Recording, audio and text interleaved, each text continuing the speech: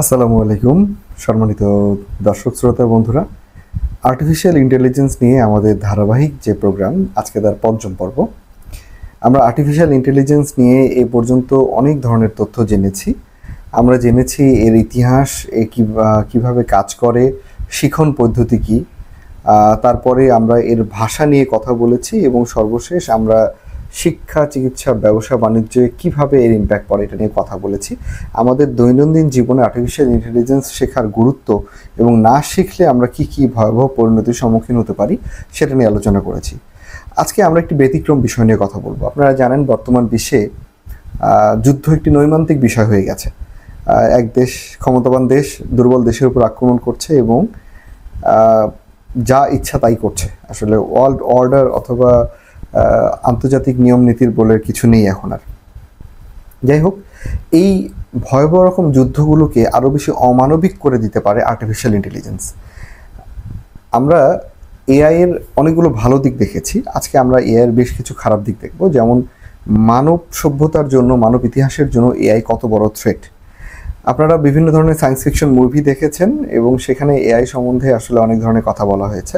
মূলত Christopher Nolan ছাড়া অন্যান্য, মানে তার তৈরি করা মুভিগুলো বাদে অন্যান্য মুভিতে সায়েন্সকে আসলে সায়েন্সের মতো করে উপস্থাপন করা হয় না, এটা ফিকশনই থেকে যায়। এনিওয়ে, আমরা আজকে কথা বলবো যে খুব বেশি হাইটেক অথবা যুদ্ধক্ষেত্রে অথবা খুব বেশি টেকনিক্যাল ক্ষেত্রে এআই কীভাবে কাজ করে, এর ব্যবহারটা কী। প্রথমে আমি একটি বিষয় বলে রাখি যে কিছুদিন আগেই আপনারা দেখেছেন যে পৃথিবীর বিভিন্ন দেশে যে চলমান যুদ্ধগুলো আছে, বর্বর ইসরায়েলের ফিলিস্তিনের উপর আক্রমণ, গণহত্যা, আজারবাইজানের যুদ্ধ, কিছুদিন আগে আবার হয়ে গেল হচ্ছে ইরান এবং ইসরায়েলের মধ্যে একটি যুদ্ধ। এবং এই সকল ক্ষেত্রে কিন্তু ড্রোন মারাত্মকভাবে ব্যবহৃত হয়েছে, গাইডেড মিসাইল, ব্যালিস্টিক মিসাইল ব্যবহার হয়েছে। এখানে আমরা যে বিশেষ বিষয়টি নিয়ে কথা বলবো সেটা হচ্ছে আনআর্মড এরিয়াল ভেহিকল, অর্থাৎ ইউভিএ। এটা আসলে কি? দেখুন, যখন কোনো যন্ত্র আনম্যান, অর্থাৎ মানবিক কোনো ধরনের হেল্প ছাড়া, মানে সরাসরি মানুষ এখানে ককপিটে বসে আছে, চালনা করছে অথবা সুইচ টিপে লঞ্চ করছে, এই ধরনের ফ্যাসিলিটিস ছাড়া যে ধরনের টেকনোলজি ব্যবহার করে একটি ধ্বংসাত্মক যন্ত্র অথবা একটি বোমা অথবা একটি কামাকাজি ড্রোন সে নিজে তার টার্গেট সিলেক্ট করে এবং গিয়ে সেটাকে আক্রমণ করে, এই পুরো অংশটুকুতে আমরা বলছি ইউভিএ, অর্থাৎ আনম্যানড এরিয়াল ভেহিকেল। এই ছোট্ট একটি টার্ম অথবা একটি বিষয় পুরো বিশ্বের যুদ্ধ পরিস্থিতিকে পরিবর্তন করে দিয়েছে। কিভাবে? যখন আপনি একটি ভয়াবহ রকম যন্ত্রকে অথবা একটা বোমাকে, একটা প্লেনকে, একটা ড্রোনকে শেখাতে পারবেন যে এই বিশেষ ধরনের চিহ্নিত ব্যক্তিগুলো, যন্ত্রাংশগুলো এরিয়াটিতে তোমার শত্রুরা থাকে অথবা এইটাকে তোমার ধ্বংস করতে হবে, তখন কিন্তু সে নিজে নিজে ডিসাইড করতে পারে যে কোন সময়, কোন ক্ষেত্রে, পরিস্থিতি কেমন হলে সে বিস্ফোরিত হবে অথবা হবে না। এই যে ক্যালকুলেশনের একটা ব্যাপার, আপনারা জানেন যে কিছুদিন আগে লেবাননে পেজার বিস্ফোরণ ঘটিয়েছে ইসরায়েল, এবং এখানেও আন্তর্জাতিক বিশ্লেষকরা বলেন যে আর্টিফিশিয়াল ইন্টেলিজেন্সের ব্যাপক ভূমিকা আছে। অর্থাৎ আপনি ঠিক কোন সময়টাতে আপনার প্রতিপক্ষকে আক্রমণ করবেন, এটা আপনার মাথায় যেমন অ্যানালাইজ করা সম্ভব, আর্টিফিশিয়াল ইন্টেলিজেন্স তার নিউরাল নেটওয়ার্কের মাধ্যমে আপনার আমার চেয়ে অনেক নিখুঁতভাবে এটিকে মেজার করতে পারে। এবং এই মেজারমেন্টটা এতটা নির্ভুলভাবে হয় যেন প্রতিপক্ষকে সর্বোচ্চ পরিমাণে ক্ষতির সম্মুখীন করা যায়। সম্মানিত দর্শক শ্রোতা, বর্তমান বিশ্বে আমরা যেই ধরনের পরিস্থিতির মধ্যে আছি, এখানে হয়তো অদূর ভবিষ্যতে যুদ্ধগুলো চিরচারিত যুদ্ধ হবে না। অলরেডি চীনের বেশ কিছু প্রতিষ্ঠান তারা নিজেদের বলা যায় কিছু টেকনোলজি ডেভেলপ করেছে। তার মধ্যে হচ্ছে unarmed dog, AI generate machine gun অথবা এই ধরনের জিনিস, যেটা বিভিন্ন সময় ইন্টারনেটের বিভিন্ন সোর্স থেকে আসে। যদিও ইউটিউব অথবা ফেসবুক তো চীনে নেই, কিন্তু তবুও কিছু সোর্স থাকে, বা বলা যায় যে উইচ্যাট অথবা বিভিন্ন সোর্স থেকে এই তথ্যগুলো কোনো না কোনোভাবে শেয়ার হয়েছে। আমি যেটা বলতে যাচ্ছি আপনাকে সেটি হচ্ছে যে ভবিষ্যতের যুদ্ধক্ষেত্রগুলোতে আমি আপনি কিন্তু কেউ নিরাপদ নই, কারণ এখন যুদ্ধ এমন একটি পর্যায়ে চলে গেছে যেখানে মানবিকতা বলে কিছু নেই।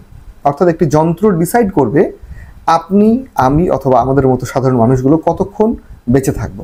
সে ঘাপটি মেরে বসে থাকবে, সঠিক সময়ের অপেক্ষা করবে, যখন তার দৃষ্টিতে আমি আপনি সঠিক সময়ে পৌঁছে যাব সে তার চূড়ান্ত আক্রমণটি করবে। এখন একটি জিনিস বুঝুন, একটি মানুষ যখন আরেকটা মানুষকে আক্রমণ করে তার মধ্যে দয়ার উপদ্রব হতে পারে, তার মন পরিবর্তন হতে পারে, সে তার সিদ্ধান্তকে পরিবর্তন করতে পারে। কিন্তু একটি আর্টিফিশিয়াল ইন্টেলিজেন্স যখন আক্রমণ করবে তখন কি হবে? সে তো একটা বিশেষভাবে প্রোগ্রাম। সে কোনোভাবেই এটা চিন্তা করবে না যে আমার প্রতিপক্ষকে আমি ছেড়ে দিলে তার সে জীবনটা বেঁচে যাবে, নিজেকে শুধরানোর সুযোগ পাবে, অথবা একজন নিরস্ত মানুষকে আক্রমণ করাটা অন্যায়, এই সেন্স তার নাই। সে শুধু জানবে যে সর্বোচ্চ ক্ষতিকরভাবে একদম প্রতিঘাতমূলক ঘাতকমূলক একটা আক্রমণ কখন করা যায়। এবং এই ধরনের টেকনোলজিতে পায়োনিয়র হিসেবে কাজ করছে ইউএসএ, ইসরায়েল এবং চীন। রাশিয়া মার্স ক্যাপাসিটিতে ওয়েপন ডেভেলপ করতে পারে, কিন্তু আর্টিফিশিয়াল ইন্টেলিজেন্সের জন্য যে ধরনের চিপস দরকার, এনভিডিয়া, আপনারা জানেন যে পৃথিবীতে একটি বিশেষ কোম্পানি আছে এনভিডিয়া, যেটা বলা যায় যে এখন সবচেয়ে বড় কোম্পানির মধ্যে একটা, যার কোনো ফ্যাক্টরি নেই, সে শুধু চিপস ডিজাইন করে। সে কিসের চিপস ডিজাইন করে? আর্টিফিশিয়াল ইন্টেলিজেন্স যে প্রসেসরের মাধ্যমে যাবে সে প্রসেসরের চিপস ডিজাইন করে, এবং এটা করেই সে পৃথিবীর সবচেয়ে ভ্যালুয়েবল কোম্পানির মধ্যে একটা হয়ে গেছে। তো লক্ষণীয় বিষয় হচ্ছে যে ইনভিডিয়ার মতো কোম্পানি অথবা এই ধরনের কোম্পানিগুলো ইউএসএ বেসড, কিন্তু চীন তার মতো করে ডেভেলপ করছে। অদূর ভবিষ্যতে হয়তো এমন হবে যে আর্টিফিশিয়াল ইন্টেলিজেন্স ডিসাইড করবে কোন দেশকে আক্রমণ করলে তার লাভ বেশি এবং কোন সময়টায় আক্রমণ করতে হবে। এখানে কিন্তু একটি মানুষের যে একটা ব্যাপার, যে একজন মানুষ হিসাবে ধরে নিন একটা মানবিকতার ব্যাপার, সেটি থাকবে না। সম্মানিত দর্শক শ্রোতা, আর্টিফিশিয়াল ইন্টেলিজেন্স আপনাকে আমাকে সত্যিকার অর্থেই অনেক বড় একটি জাম দিয়েছে। যেমন আমরা এক সময় শিকার করে নিজের ভরণ পোষণ করতাম, তারপর পৃথিবীতে একটা ডিজাস্টার হয়, কোন এক সময় আল্লাহ রাব্বুল আলামিন মানুষের মাথায় বুদ্ধি দেয় কৃষিকাজ করার। আপাত দৃষ্টিতে কৃষিকাজ করে ভরণ পোষণ করা আমার আপনার জন্য দৃষ্টিগতভাবে ভালো হলেও আমাদের শরীর কাঠামো কিন্তু এমন নয়। অর্থাৎ আমাদের দাঁত, আমাদের ক্ষুদ্রান্ত বৃহান্ত, আমাদের লাং সব কিছুই তৈরি এমনভাবে যেন আমরা রান করে পশু শিকার করি এবং খাই। এনিওয়ে, তো এই যে একটা জাম, পশু শিকার থেকে আমরা বলা যায় যে কৃষি নির্ভর একটি সমাজ ব্যবস্থায় চলে এসেছি। বলা যায় যে বিজ্ঞানীরা বলে থাকেন প্রায় 12,000 বছর আগের এটি সূচনা হয়েছে। এরপর আমরা কখনো এত বড় জাম দিইনি। আমরা যা বানিয়েছি নিজেরা বানিয়েছি এবং নিজেদের নিয়ন্ত্রণে বানিয়েছি। সেই সময় আমাদের অ্যানসেস্টাররা যখন কোনো একটি বন্য ঘোড়াকে পোষ মানিয়েছে, সেটা যতক্ষণ না পোষ মানে ততক্ষণ পর্যন্ত তারা চেষ্টা করেছে, এবং একবার যখন পোষ মেনে যায় সে জীবনে দ্বিতীয়বারটি কিন্তু কখনো তার মালিকের সিদ্ধান্তের বাইরে নিজের কোনো সিদ্ধান্ত উপস্থাপন করেনি। কিন্তু আর্টিফিশিয়াল ইন্টেলিজেন্স আমাদের বানানো সেই দানব যে নিজেই নিজেকে জাজ করতে পারে, নিজের মূল্যায়ন করতে পারে, আপনার দেয়া সিদ্ধান্তকে চ্যালেঞ্জ করে তার দেয়া সিদ্ধান্তকে সে বাস্তবায়ন করতে পারে। এখন এটা আসলে কোনোভাবেই নির্ধারণ করা যায় না যে আর্টিফিশিয়াল ইন্টেলিজেন্সকে ঠিক কী পর্যায় পর্যন্ত অ্যাক্সেস দেওয়া হবে, অর্থাৎ আর্টিফিশিয়াল ইন্টেলিজেন্স কোন পর্যায়ে গিয়ে থামবে। দেখুন, আপনি যদি একজন বলা যায় যে সন্ত্রাসীকে লিমিটলেস অ্যাক্সেস দেন ওয়েপনের, সে আসলে কোথায় গিয়ে থামবে এটার কোনো লিমিটেশনস নাই। আমি বলছি না আর্টিফিশিয়াল ইন্টেলিজেন্স কোনো থ্রেট, কিন্তু হ্যাঁ, এটা থ্রেট হতে পারে যদি না আমরা আর্টিফিশিয়াল ইন্টেলিজেন্সকে ভালো মতো বুঝি, জানি এবং পরবর্তীতে নিজের অনুপাতে সেটাকে নিয়ন্ত্রণ করতে পারি, নিজের অনুপাতে সেটাকে কনভার্ট করতে পারি। এই বিষয়গুলো আপাত দৃষ্টিতে আমার আপনার কাছে অমূলক মনে হতে পারে, কিন্তু দেখুন, আমি যদি আজকে আর্টিফিশিয়াল ইন্টেলিজেন্স সম্বন্ধে ধারণা নেওয়া না শুরু করি, আমাদের পরবর্তী জেনারেশন এক ধাপ পিছিয়ে যাবে, এবং ভবিষ্যৎ বাংলাদেশ বিনির্মাণে আপনি আমাদের পরবর্তী জেনারেশনকে কখনই সেভাবে ক্যাপাবল করতে পারবেন না।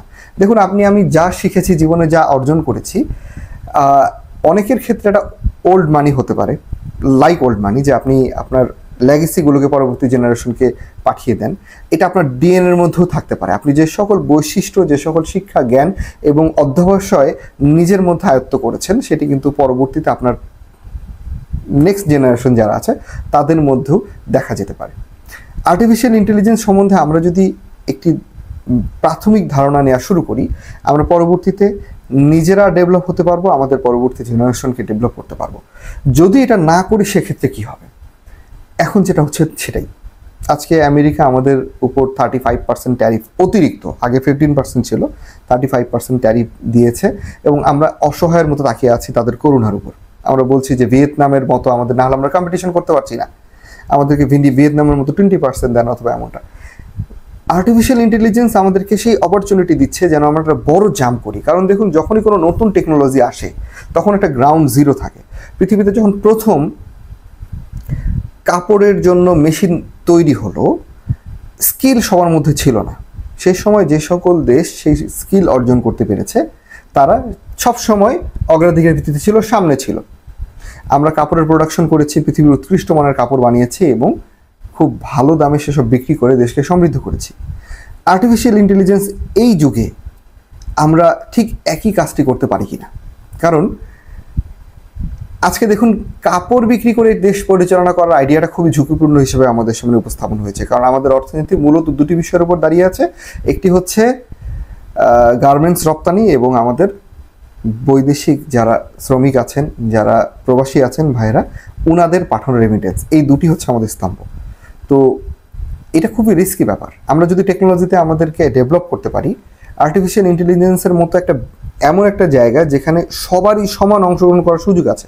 হ্যাঁ, আমাদের কিছু লিমিটেশন ডেফিনেটলি আছে, যে আমরা খুব দামি এক্সপেন্সিভ চিপস ব্যবহার করতে পারবো না একটি এআই বিল্ড আপ করার জন্য। কিন্তু ডিপ শার্ক কিন্তু আমাদেরকে দেখিয়ে দিয়েছে, চাইনিজ কোম্পানি, যে আর্টিফিশিয়াল ইন্টেলিজেন্স একটা এআই বিল্ড আপ করতে গেলে আপনার খুব এক্সপেন্সিভ চিপসেটের দরকার নেই, খুব এক্সপেন্সিভ মেশিনারিজের দরকার নেই।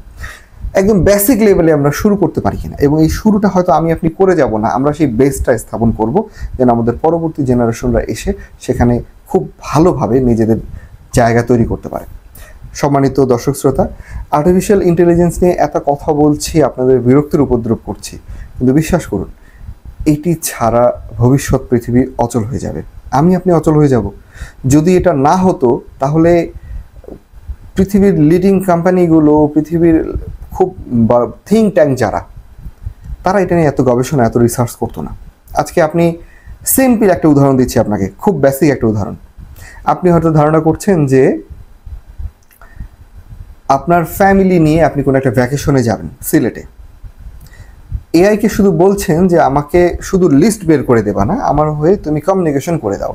সে আপনার হয়ে একটি মেইল লিখে দেয়। আপনি যদি এআই গ্রক ব্যবহার করেন, সে আপনার জন্য ফোন কল করে দিতে পারে।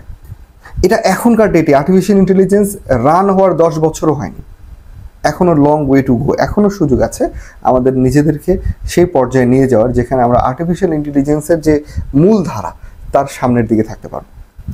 আজকে শুধু আলোচনা হলো, থিওরি নিয়ে বেশি কথা আজকে বলছি না, কারণ থিওরি নিয়ে আসলে এত গভীর রাতে কথা বলতে ইচ্ছেও করে না।